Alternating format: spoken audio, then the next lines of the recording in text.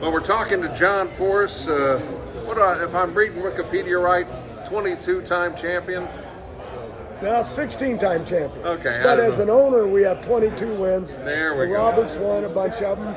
My daughters won a bunch. So, but I'm not done yet. I'm going to win 17. That's my plan. What in the world does the family do for a trophy case? We got a big museum in Yorba Linda and another one in Indy at our two shops. But I collect everything. I've got cars from the first funny car I ever drove and all the way up through to when I started winning. And I got another room full of those, 16 of them. I keep it all. Used to sell stuff in the early days. Had to go buy them back. But I've been very successful. I remember when I first come to St. Louis, it was the other racetrack on the river. And let me tell you didn't go in there thinking about winning. You thought about how to stay alive because NHRA has all the safety now, like the new track has here in St. Louis. But, shut-off areas, automatic shut-offs for the car, safety nets to catch you, guardrails. It's really great. In the old days, we didn't have all that, but we survived it. And I guess that's a big reason why you could be enthusiastic about 3 daughters in the business. Oh, well, I'm scared to death. My kids getting hurt.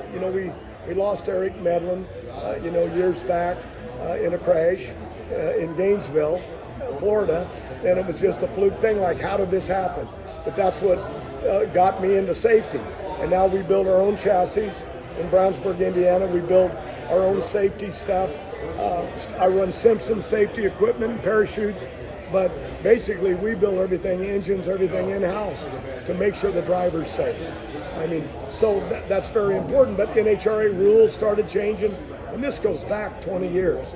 And but if you look at drivers lost professional, 5 or 6 there in a period of time, not bad. And then the safety came in, just like football with helmets. All that stuff started changing, and we've been very lucky. I crashed right after Eric. It was called harmonics, and it was vibration that killed you. And that car lose a tire, it would vibrate so hard it would shake the driver. And I broke my arms and legs, and they said I was finished. Come back and won championships. So I owe the sport. I'm going to stay in it. Robert crashed here in St. Louis. The body went over the grandstands. It went 300 feet in the air, and he was up end over the guardrail. And I drove him to the ambulance took him to the hospital. I brought him home, but broke his collarbone and everything. But stuff happens. He came back, and this weekend my granddaughter will be driving, and Brittany will be driving Top Fuel. She won the world championship.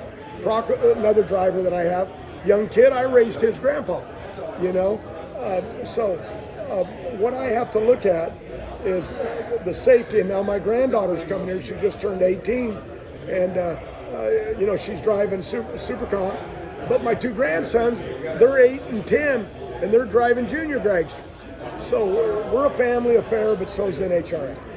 Well, I know it would be competitive.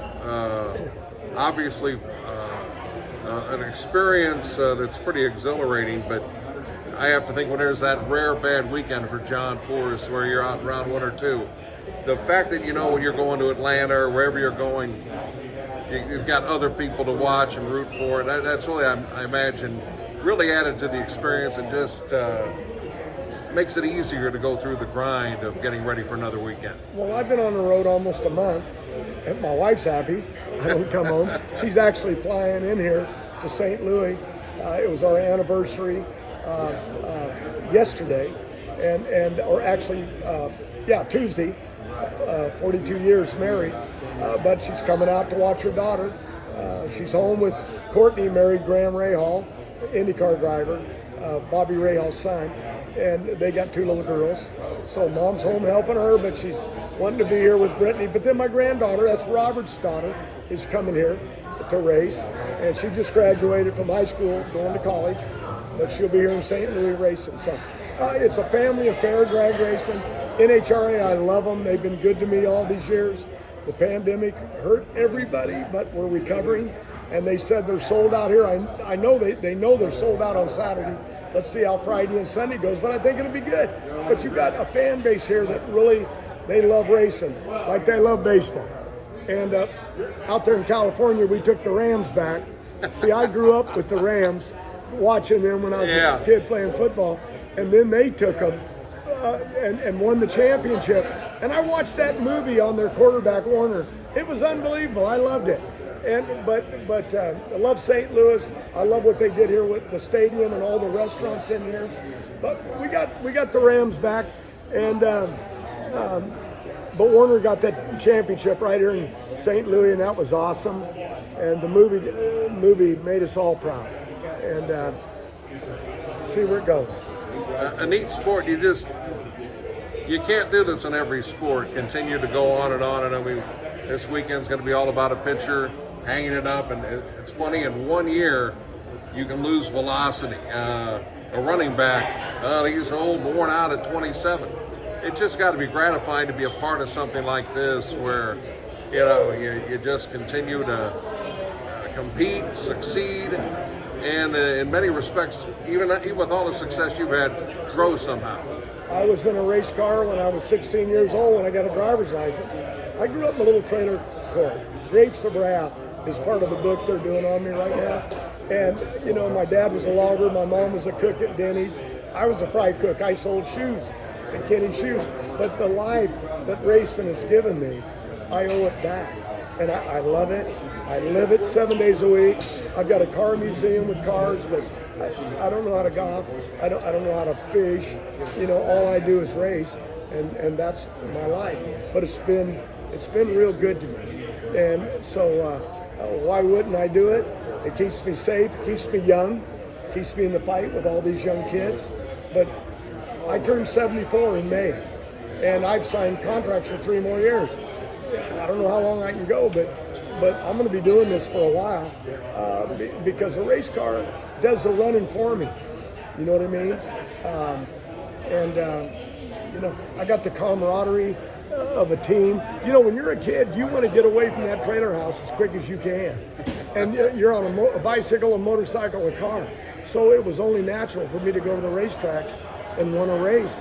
And I've been doing it forever, and I'm really good at it. And I'm struggling this year. I've got not a new team, but I got a young team. My son-in-law, Ashley's husband's running it. She runs our TV production back in California. That's what she studied in college. So I got to get this team going, and I ain't no spring chicken, but I love it. And alrighty, were you guys going to order some? I'm going to fight this thing till I drop. And I'll close with this. We talk about the face of the sport changing, and the Force family has brought the female participant, and I'm sure female fans as a result.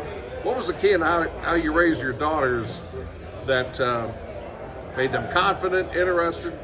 What really lit the wick to get them as competitors? They lived on the road in the early days. We'd go on the road, we'd be gone for months.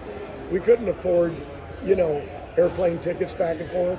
But as the kids got older, but they lived at the racetrack, and they were out there wiping down the race cars, learning how to air the tires. But yet they were ladies. They grew up in school.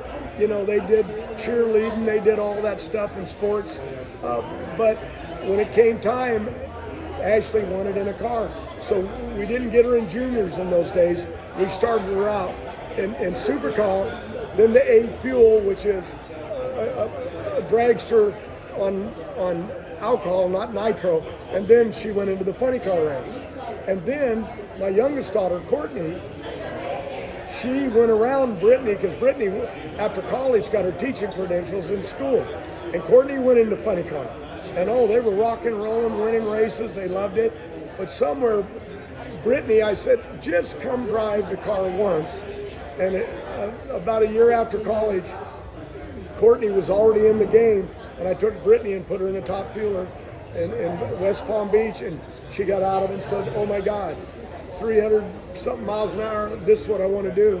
And she put it on teaching to go back to, but now, and she won the championship last year, and she won it a couple years ago. She's won 2. So I'm excited for her, and we just opened the door. But kids are out here now.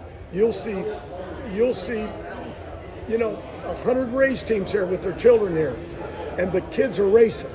That's what it's all about. But every time side by side, you're seeing the great sponsors like Peak all over the vehicle.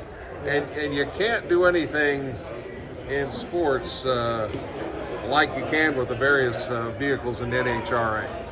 Well, it's we're side by side racing, so the women fit in this perfect. And we have Angel that was in bikes, the girl that married Pritchett, that married Tony Stewart. Now he's in our sport. So we got a lot of people coming in, changing it. A lot of sponsors and a lot of rich individuals that whole life wanted to race are getting in this sport. Frank Teagues is a farmer from Washington, and he owns the tool company that we're with. And bottom line, they invest their money because they love it, and they come to the races.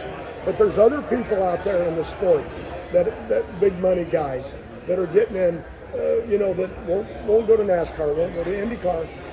But they got a lot of them up there too. Don't get me wrong, but Montana Brand's a great tool company, and I'm very fortunate to have the sponsors like Peak and Chevrolet, NKC, Cornwell Tools, AAA.